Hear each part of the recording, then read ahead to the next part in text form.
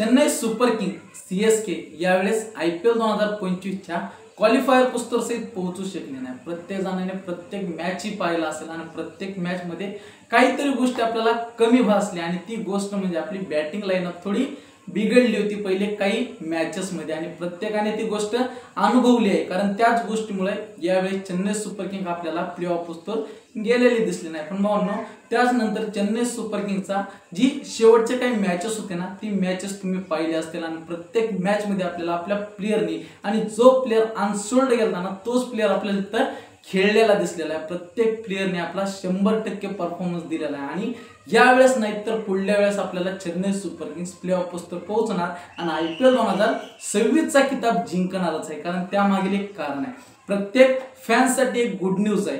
कारण जो प्लेयर 2008 आणि 2015 मध्ये चेन्नई सुपर किंगच्या फायनल मध्ये या चेन्नई सुपर किंगच्या विनिंग मूवमेंट मध्ये साथीदार होता ना तोच प्लेयर आपल्याला 2026 मध्ये पाहायला मिळणार आहे। आणि तो प्लेयर आपल्याला खेळताना दिसेल का तर नाही भावनो, तोच प्लेयर आपल्या टीमच्या बॅटर्सला सुधारताना दिसणार आहे। जो परफॉर्मन्स आपल्याला यावेळेस पाहायला मिळाला आहे ना त्याहीपेक्षा खतरनाक परफॉर्मन्स आपल्याला पुढल्या वेळेस पाहायला मिळणार आहे। कारण सुरेश रैना सरांचा कमबॅक झालेला आहे आणि IPL 2026 मध्ये सुरेश रैना सर आपल्याला CSK साठी कोचिंग करताना दिसणार आहेत आणि ॲज अ बॅटिंग कोच म्हणून त्यांची निवड करण्यात आली। कालचा हा अपडेट तुम्ही पाहिलाच असेल, चेन्नई सुपर किंग्स आणि गुजरात टायटन्सचा मॅच आणि त्या मॅचच्या दरम्यान आपले आकाश चोपडा सर बोलले होते की चेन्नई सुपर किंग पुढल्या वर्षी एकदम खतरनाक टीम म्हणून उभारणार आहे। आणि त्याच नंतर सुरेश रैना सरांची न्यूज आली की सुरेश रैना सर आपल्याला 2026 मध्ये चेन्नई सुपर किंग्स साठी कोचिंग करताना दिसतील। पण भावनो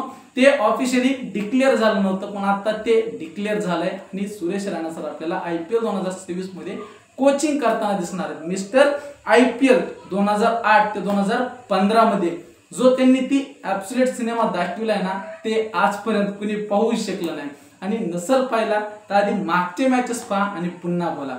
जो प्लेयर आपल्या टीमसाठी एवढा खतरनाक बॅट्समन होता ना तोच प्लेयर आपल्याला या नंतर 2026 ला या तीन प्लेयरचा आपल्याला कमबॅक, या तीन प्लेयरचा आपल्याला सपोर्ट दिसणार आहे चेन्नई सुपर किंग साठी।